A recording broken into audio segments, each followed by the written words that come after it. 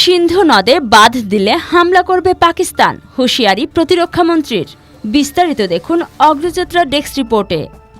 পাকিস্তানের প্রতিরক্ষা মন্ত্রী খাজা আসিফ হুঁশিয়ারি দিয়ে বলেছেন, সিন্ধু পানি বন্টন চুক্তি লঙ্ঘন করে ভারত যদি সিন্ধু নদের উপর বাঁধ বা এ জাতীয় কোনো স্থাপনা নির্মাণ করে তাহলে ইসলামাবাদ হামলা চালাবে। শুক্রবার ২রা মে পাকিস্তানি সংবাদ মাধ্যম জিও নিউজের নয়া পাকিস্তান টেলিভিশন অনুষ্ঠানে তিনি এই হুঁশিয়ারি দেন।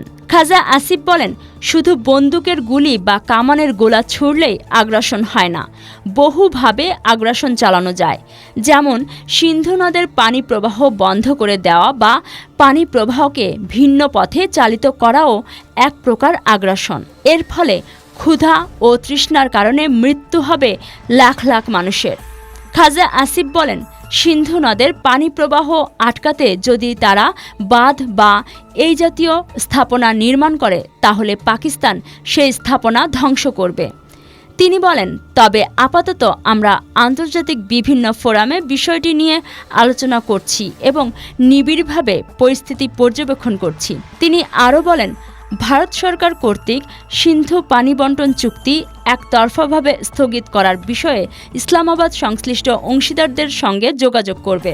প্রতিরক্ষা মন্ত্রী আসন্ন নির্বাচনের পটভূমিতে রাজনৈতিক লাভের নাটকের জন্য ভারতের প্রধানমন্ত্রী নরেন্দ্র মোদীর তীব্র সমালোচনা করেন। এক প্রশ্নের জবাবে এই মন্ত্রী বলেন, ভারতের উপর বিশ্বব্যাপী চাপ আগের চেয়েও বেড়েছে, তবে এটি বলবো না যে হুমকি এড়ানো গেছে। খাজা আসিফ আরও বলেন, নয়াদিল্লি যে আন্তর্জাতিক সমর্থন প্রত্যাশা করেছিল তা পেতে ব্যর্থ হয়েছে।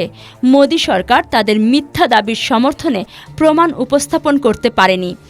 আন্তর্জাতিক সম্প্রদায় পাকিস্তানের বিরুদ্ধে মোদীর অভিযোগ প্রত্যাখ্যান করেছে।